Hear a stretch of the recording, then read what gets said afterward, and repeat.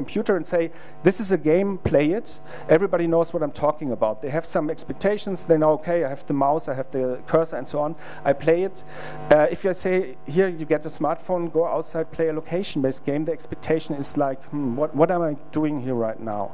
So it's very difficult to tell people about these games, or even to make them consider playing them, because the expectation is unclear. You don't know what you get, and this has to change. Of course, everybody knows. I had to do that. Environmental conditions are a very great challenge for location-based games, and just to drive home the point, that's the hardest problem, not the other ones. Because if you're running around with your smartphones in the city, you basically have hand mirrors in your hand. And if the sun is shining on these hand mirrors, you don't see any user interface. So if you have a user interface with a very small point size and so on, and the game requires that people are continuously looking at the user interface, no chance. Not in Spain, maybe in Germany, because the summer is not so good, but in other countries. Impact on the environment. You don't want your players to have, I had to put this in because that came in today. In Bavaria, the owners of forests are opposing geocaching.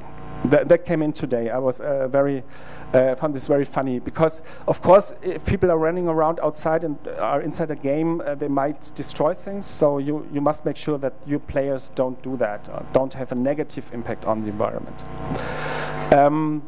These are challenges that everybody has, that technological stuff, your sensors are not accurate, the devices are varying.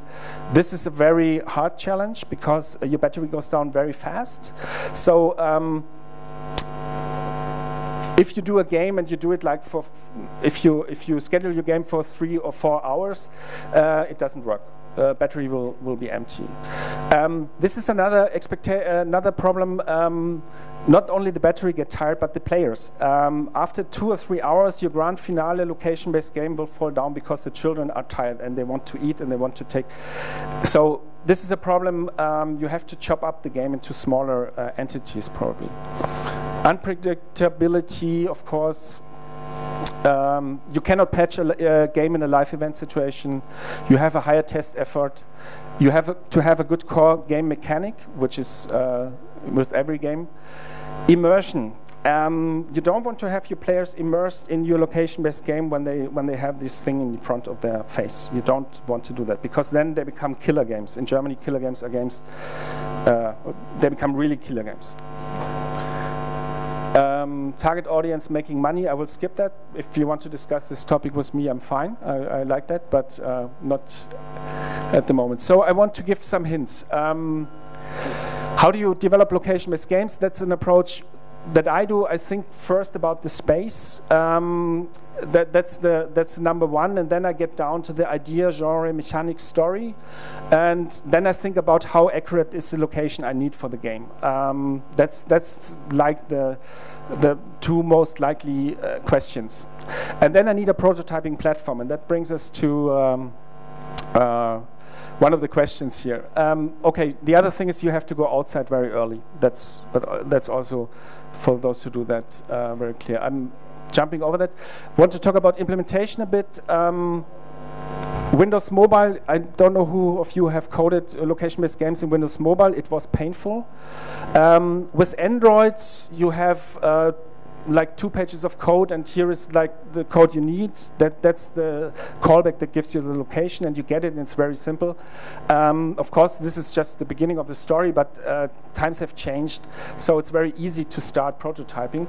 But for example, this doesn't work on Android, and we have an audio-based location-based game here at the festival, and it's really this gives really headaches to anybody who does that. You need engines or content pipelines. I want to point out some of them. Florian Wesch has built location-based content Baukasten, something to build location-based games. GeoLua, which works for multiplayer location-based games. I have made a little framework for using single-player location-based games that require no coding for the people who do the creative work. So they work with Google Earth, and then the content is parsed and put in the game. The totem tools from Fraunhofer are also tools that you can use. Some of them are open source, some of them you can use for non-commercial stuff. Richard, who is sitting here, is the guy to talk to about that. So this is also a framework for location-based games that gives you tools to build them, to test them, to try them out, and to deploy them. This is like the editor for Tidy City, for the game I mentioned before. TripVenture from Straeubig this is a commercial engine that you can use if you're a content provider and you want to make these games. You can talk to these guys and they will give you access to their tools. They're very, very complex and mighty tools where you can build augmented reality adventures in the city.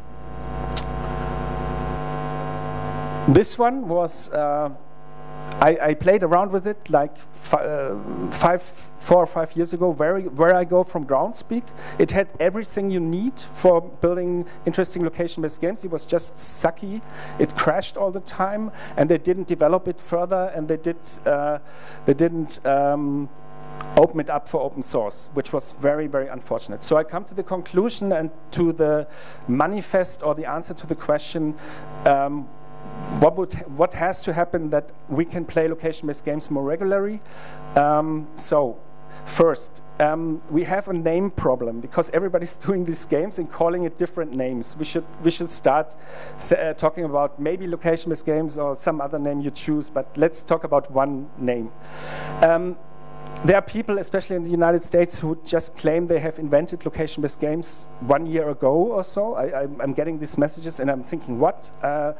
It's good to have cultural heritage and to think about the people who did stuff before you. And if you have done location-based games 10 years ago, 5 years ago, you have some code lying around, so we could use it. So please open it up, open source it, open your prototypes. Let's try that again. There were projects, European community projects like iPerk that has some code lying around. We should use that stuff. This is an answer I got from a Gründerwettbewerb mit Multimedia erfolgreich starten, which told me that they don't think you can make money with open source. I don't think so.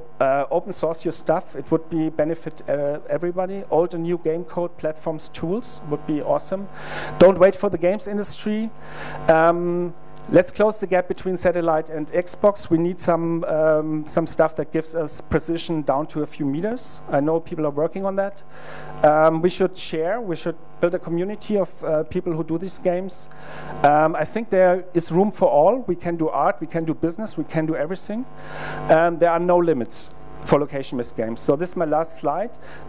This is the first extraterrestrial check-in. So somebody checked in from outside of this planet.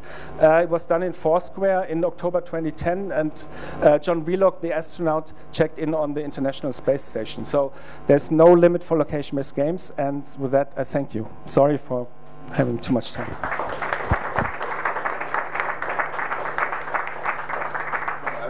Time was just about right, and it was a very exciting state-of-the-art overview of possibilities and challenges.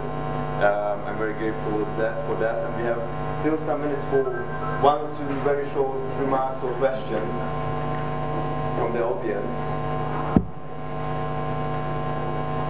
In terms of the definition of location-based games, I wonder, because you talk mostly about actually digital games or GPS-based games, I wonder whether actually children are doing location-based gaming while they're playing in the courtyard, because they're actually appropriating the space they're using, the location they're using, and building something on top of that. So I wonder whether you kind of mentioned it anyway, but whether there is a wider definition of location-based games. Yeah, I would like to have a wider definition for this kind of games, and I would like to have one narrow definition, so everybody knows what we are talking about. Because, for example, the people in Bremen, they did location-based games, I think started also in 2004 or 2005, and then they called it mobile games, because in their concept it was, okay, they had these devices and they were mobile, so they were walking around. And they're using the term until now, but now mobile games mean something completely different for everybody else outside of Bremen. So it's really a Babylonic chapter out there. I'm sure I cannot solve the problem. I just can throw it out. I don't think you can make up names from above. Somebody has to agree on it. You mentioned the problem about multiplayer that they have to find each other in the river. Do you name one solution from Straeubig? Do you know other solutions? Maybe a solution which lies within the game? Some developer found something. Well, the point is, of course, if you have a multiplayer mechanism within your smartphone, you can provide a solution for that. You can check out a server and you can ask how many people are online and where are they. So it can be done. You just need some good matchmaking algorithm, which I think nobody has done right now in the field of location-based games, but in the fields of classical computer games, there are a lot of solutions for that. So you could matchmake for games within a certain radius, or you could matchmake, let's say, for a game from one city against players in the other city. But I think there are not so many solutions out there right now which are established. But technically, it's totally doable. It's not a technical problem. Last short question from my side. You emphasized the importance of going out and testing, and then you showed some platforms which are already available. How would you assess your situation if you have something you want to test? The platforms at your disposal are enough, more than enough, or great, or you have to do everything yourself? Yeah, that's one. Actually, it's a dilemma, because I was discussing the question with Straeubig, which I'm working with, and I told them, go out and test very early, go outside, and then I think 2 days later I said to them, we need a better simulator for testing inside. And they said, but you said we have to go out and test. There are some kinds of bugs that you don't want to find outside, and there are some kind of bugs that you only can find outside. So it's good to have good tools. I mean, I've seen some tools, and we are going somewhere, but they're still not that quality or that mass, and they're still not public available to test location-based games with a really good simulator with an open source solution. I haven't seen that yet. Something which is really good, really working. Okay, thank you very much.